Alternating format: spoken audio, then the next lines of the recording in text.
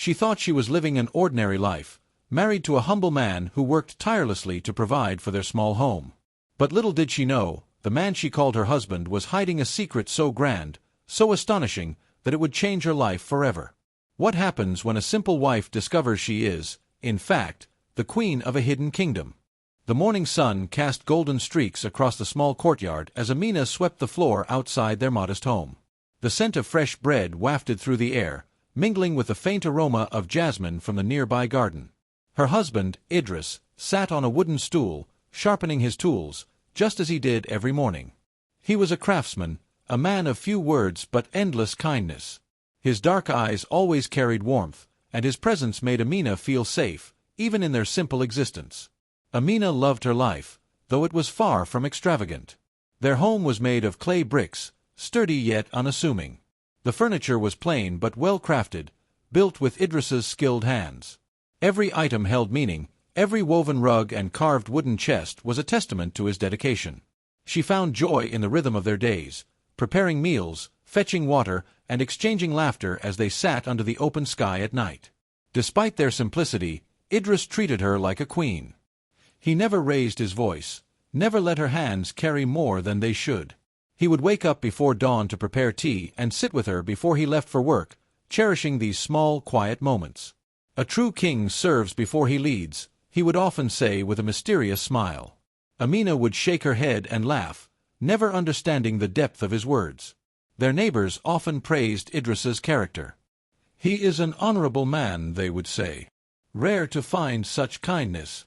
Amina agreed. Though she knew little of his past, she trusted him completely. However, there were times when she felt an inexplicable sense of curiosity. Idris had no family that she knew of, no visitors from his past. Whenever she asked about his childhood, he would offer vague responses, always shifting the conversation elsewhere. He never spoke of his life before coming to this town, nor did he ever express longing for another place. It was as if he had simply appeared, choosing this humble existence without question. One evening, as they sat beneath the olive tree in their courtyard, Amina noticed something unusual.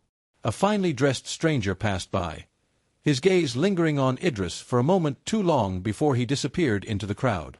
Amina turned to her husband, but he remained calm, as though unfazed. "Do you know that man?" she asked, tilting her head in curiosity. Idris smiled gently. "No one of importance, my love." His words were meant to reassure her, but instead, they planted a seed of suspicion. As days passed, Amina began noticing subtle signs, strangers bowing slightly when they greeted Idris, hushed whispers when he walked through the marketplace, and the way merchants seemed to offer him the best goods without expecting full payment. These were not coincidences. One afternoon, while she was washing clothes by the river, an elderly woman approached her. The woman's eyes were filled with both admiration and sympathy. "You are a blessed woman, my child," she said, placing a gentle hand on Amina's shoulder.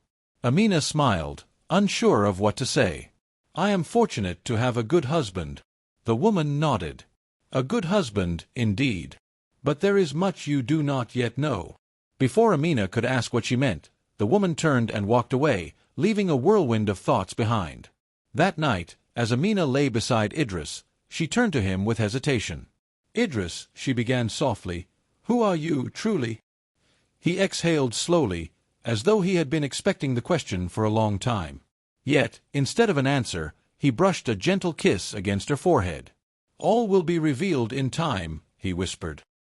His response only deepened her curiosity. What was he hiding? Why did people look at him with such reverence? The pieces of the puzzle were there, scattered before her, waiting to be assembled. But would she be ready for the truth when it finally surfaced? This was only the beginning of a journey that would change Amina's life forever. The man she had loved so deeply, the one who lived humbly by her side, was far more than he appeared to be. And soon, she would discover the secret he had kept hidden all along. The moon cast a pale glow over their modest home, its soft light filtering through the wooden shutters. Amina lay awake, staring at the ceiling, her thoughts tangled in uncertainty. Idris's words echoed in her mind. All will be revealed in time. But when? And why had he chosen to keep so much from her? For years, she had accepted their simple life without question. She had never pressed him about his past, never doubted his love or sincerity. But now, the whispers, the lingering stares, and the veiled remarks from strangers gnawed at her.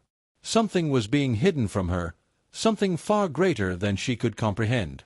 The following morning, as she made her way to the market, she noticed something unusual. A man in a deep blue robe stood at the corner of the street, his gaze fixed on her.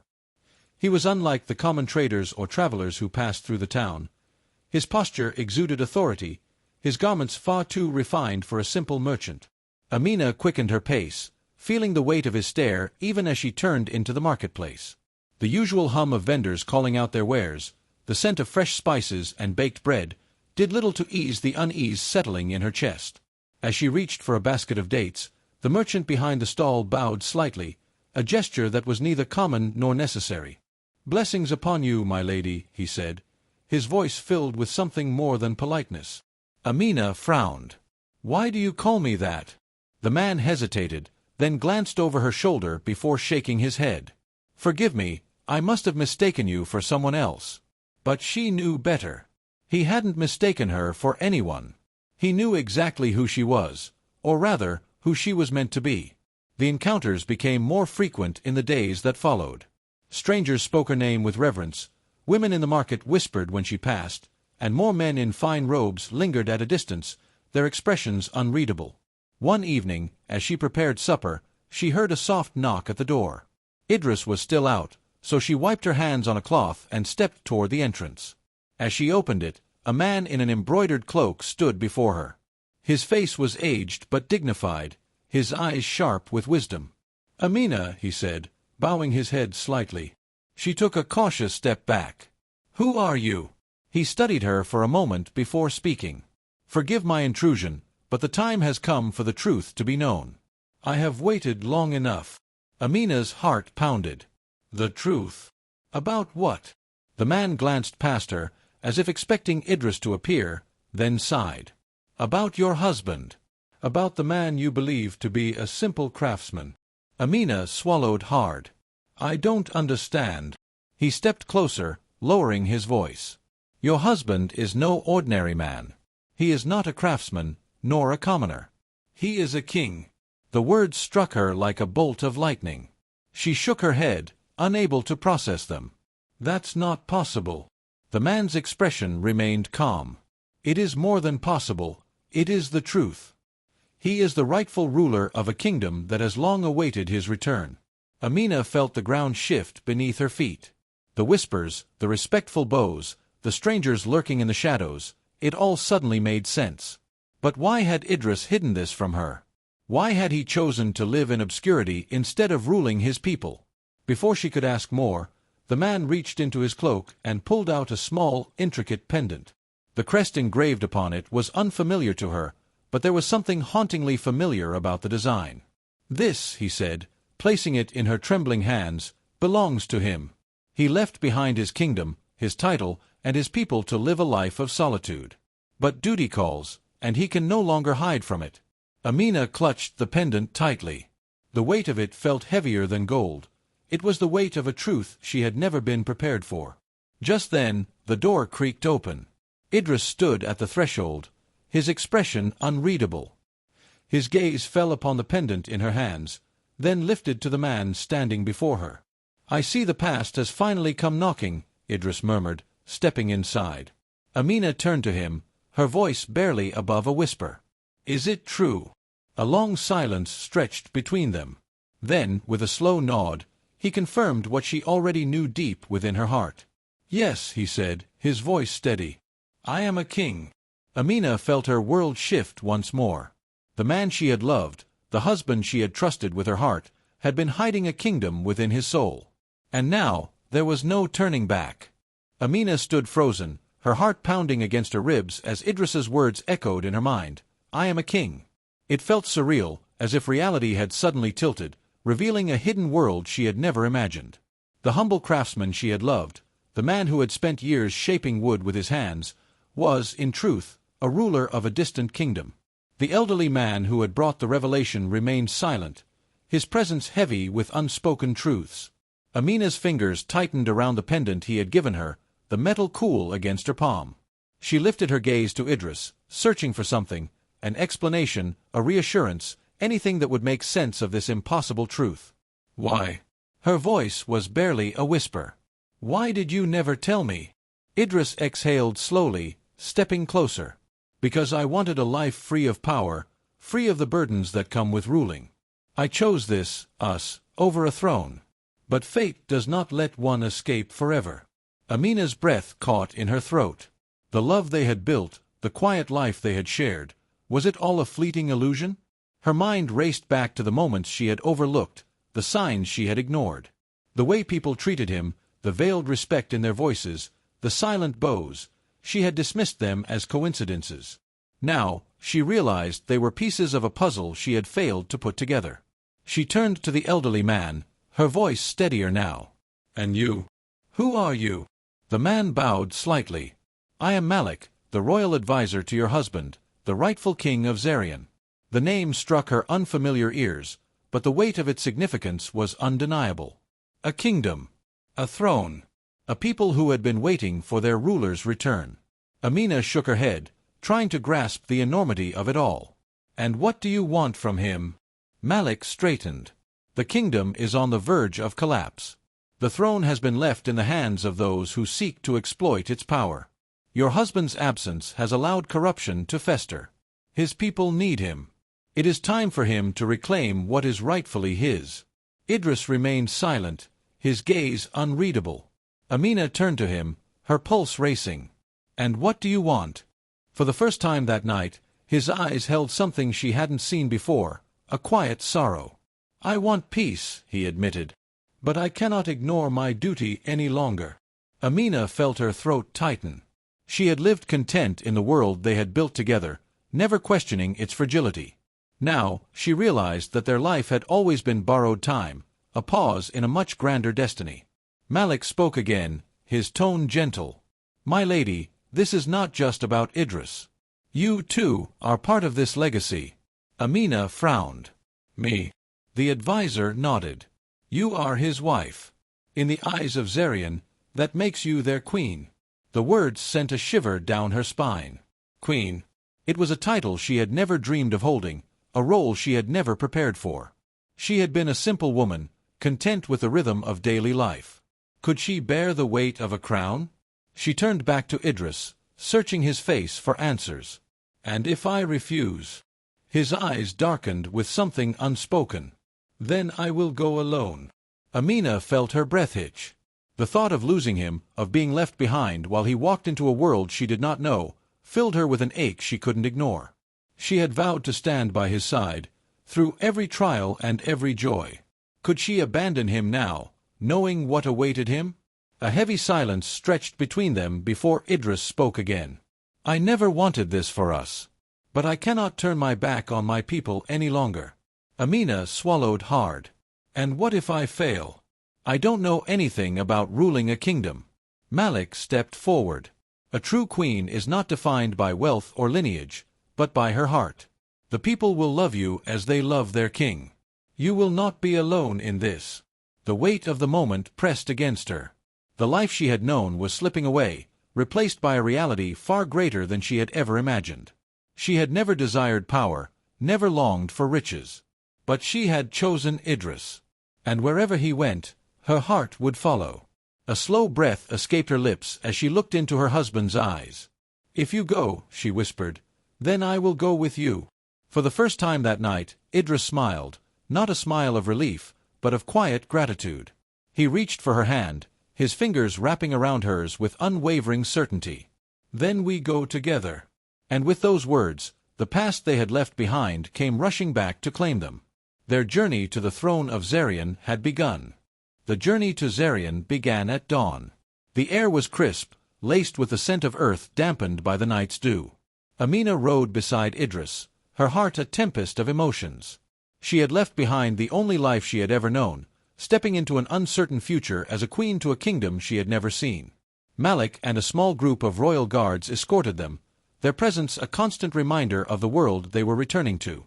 The journey stretched for days, crossing vast landscapes, rolling hills, dense forests, and winding rivers. With each mile, Amina felt the weight of their destination grow heavier upon her shoulders. As they rode, she stole glances at Idris. His usual ease had been replaced by a quiet resolve, his posture straight, his eyes distant. This was not the man who carved wooden figures by the fire at night, nor the one who laughed with her under the olive tree in their courtyard. He was shifting, shedding the simplicity of their past, stepping into the identity he had long denied. One evening, as they made camp beneath the stars, Amina sat beside him near the fire. The flames cast flickering shadows across his face, making him look both regal and burdened. "Do you regret it?" she asked softly. Idris turned to her, his expression unreadable. "Regret what?" "Leaving our life behind." He was silent for a moment before answering. "I regret that I kept the truth from you. But I do not regret choosing you." His fingers brushed against hers, warm and steady. "No matter where we go, you are my home." Amina felt a lump rise in her throat. "And this kingdom, do you think it will accept me?" Idris exhaled slowly. "They will love you. How could they not?" She wanted to believe him, but uncertainty gnawed at her. She had been a simple woman, a commoner with no knowledge of royal life. How could she stand before a people who had been raised to see their rulers as near divine? Would they see her as worthy, or merely an outsider unfit for a crown? The days passed in a blur of travel and preparation. As they neared Zarian, the landscape shifted. Golden domes appeared in the distance, towering over grand stone walls. The city was alive with movement, its streets bustling with traders, musicians, and townsfolk. The scent of exotic spices filled the air, mingling with the distant sound of bells ringing from the palace towers. At the gates, a crowd had gathered. Word had spread, the lost king had returned. Amina's pulse quickened as she took in the sea of expectant faces. Some whispered, others gasped, and a few bowed the moment they laid eyes on Idris. Malik rode ahead, his voice carrying over the murmurs. "Behold, your king has come home." A wave of silence rippled through the crowd before an eruption of cheers. People dropped to their knees, hands raised in reverence. Their voices rose in chants, "Long live King Idris!" Amina felt the air tighten around her. She had seen respect before, but this was something else. Devotion. A loyalty that had endured despite Idris's absence.